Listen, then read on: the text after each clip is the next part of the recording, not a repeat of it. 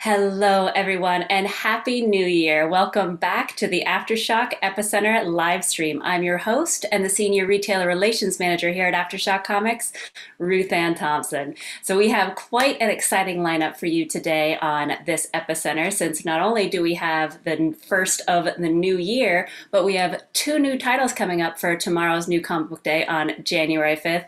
One from Aftershock Comics, one from Seismic Press, and we also have one of my all-time favorite titles of last year in a beautiful trade paperback coming out tomorrow.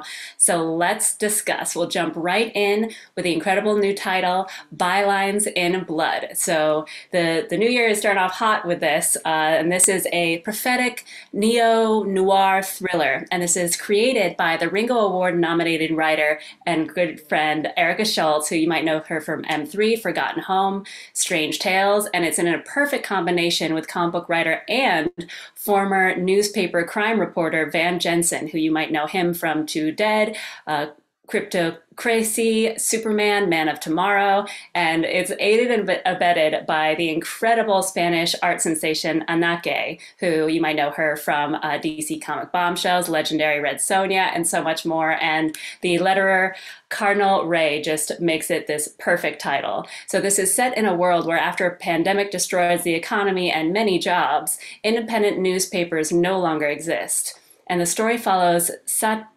Satya, who she's called Lady Dick in this, and that was actually going to be the original title of this, so I'm kind of sad. But the Bylines in Blood makes a lot of sense. It's very well written. And she's basically a journalist turned private investigator that's very Jessica Jones-esque, without the superpowers or family drama. And she has to investigate the murder of her old editor and very good friend of hers. But it's better to hear this directly from the creators themselves.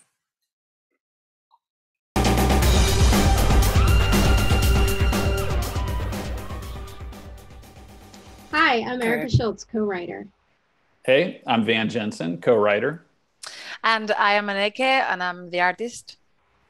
So we are here today to talk about Bylines in Blood, which is this book that we developed together that's kind of this reimagining of the classic pulp novels. And our main character is Satya, who is a private detective who's trying to solve the murder of someone who's very close to her. And it's just a really intense, fun kind of sci-fi riff on classic detective stories. Satya is extremely flawed and has sort of that same flavor of your old Sam Spade, hard drinking, kind of grizzled kind of person, but with a lot of sex appeal and femininity. She sort of has to navigate this environment where truth doesn't exist anymore. So when she's hired to find the killer of her former editor, someone super close to her, it really takes her down this rabbit hole of not only where she is in her life, but where the total, society is in the big city that she lives. When we started talking about this and the art and the inspiration, it suddenly just came naturally, like it had to be this way, like kind of simplistic, but kind of gritty, but not messy, and that you have the dark side, but also the bright. The use of the colors in this one, I wanted it to really mesh, to finally create a unique tandem. I had this vision from the beginning, like it had to be this way, and the use of the color and associate it with each character a little bit, kind of like thinking about their aura, like the essence of them, and assigning one color to them, and being simply determining the reality in those kind of colors scenes.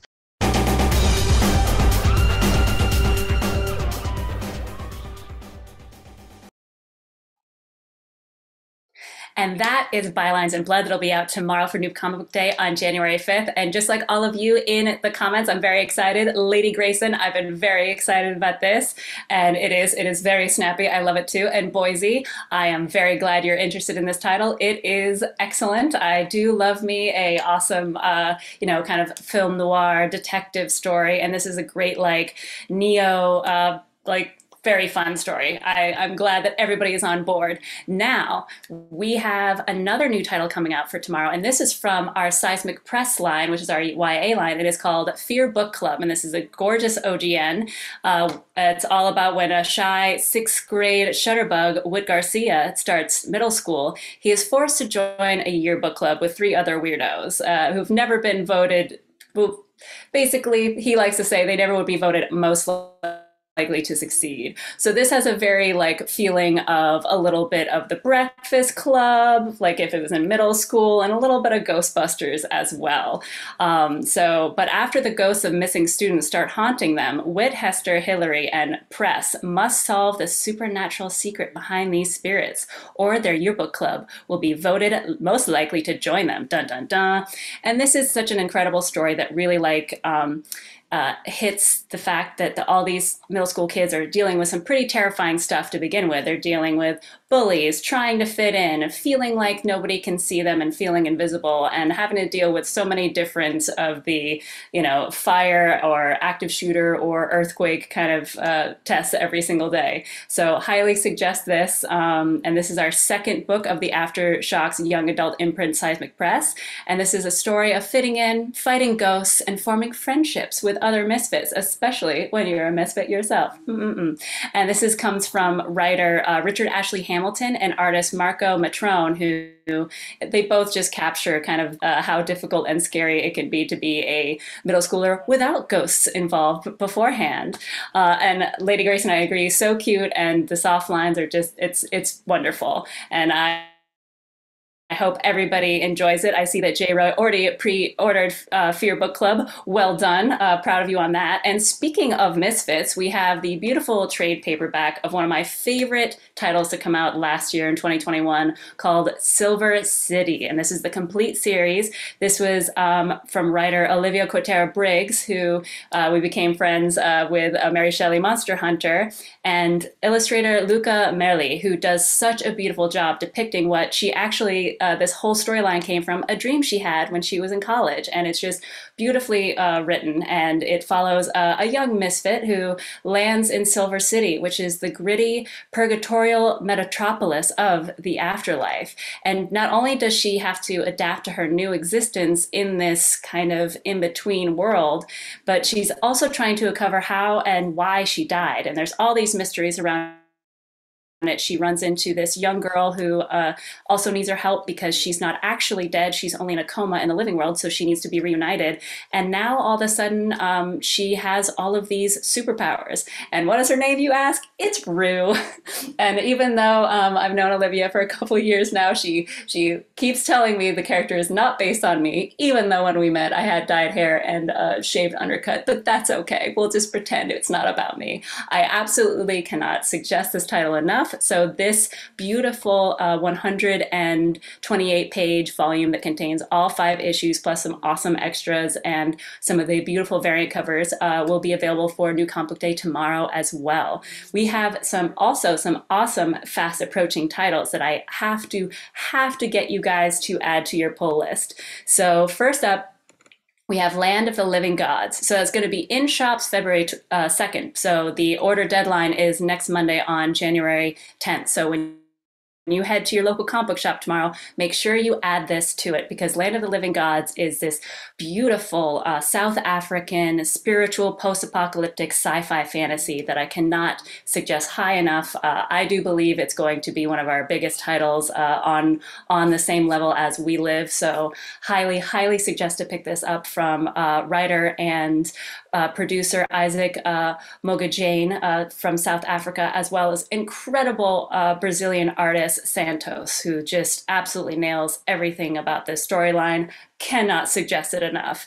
Okay, Jay, you also should grab Silver City too, just putting it out there. And Boise, yes, you do want to read Land of the Living Gods. It's so good. So again, reminder, the order cutoff is this Monday on January 10th, so make sure you let your local comic book shop know as soon as possible. Also, from Seismic Press, we have a reprinting of one of my favorite kind of YA titles that we've ever done, which is The Lollipop Kids. So this is writer Adam Glass, who wrote it with his son Aiden Glass, who I love it so much. And the artist Diego Yapor, just such good stuff. So this basically is a Goonies-esque title where basically way back when the settlers of the New World here in the US first came, they also brought monsters with them, and they tried to basically contain them in the woods of New Amsterdam, thinking that would be the best way to just like lock them up so nobody would ever see them again, until present day it's actually Central Park and they're all starting to escape. So it follows a 14-year-old and his ragtag crew who are trying to not only stop these monsters but recapture them. So this is going to be a really fun one that we're adding to our Seismic Press line, and again that will be in shops February 9th, so it is a January 17th cutoff. So you got a little bit more time than the other one, but you must pick up this book. It is so much fun. Highly suggest it for all ages. Now, for all of you Aftershock fans out there that happen to be in Long Island, New York, we are looking for a new ambassador in that area. And so what an ambassador does is you'll get awesome, all the awesome swag to be able to promote Aftershock, as well as some sweet ambassador variant covers that you'll be dropping off at your local comic book shops, as well as keeping a few for yourselves, and get to hang out with the likes of me, Kelly Diodati, Mark Hammond, and Joe Pruitt. So make sure if you or somebody you know that lives in Long Island, New York, that's a fan of Aftershock, make sure that they hit that link so that we can get them moving, start talking to them, see if they can be a part of this awesome program.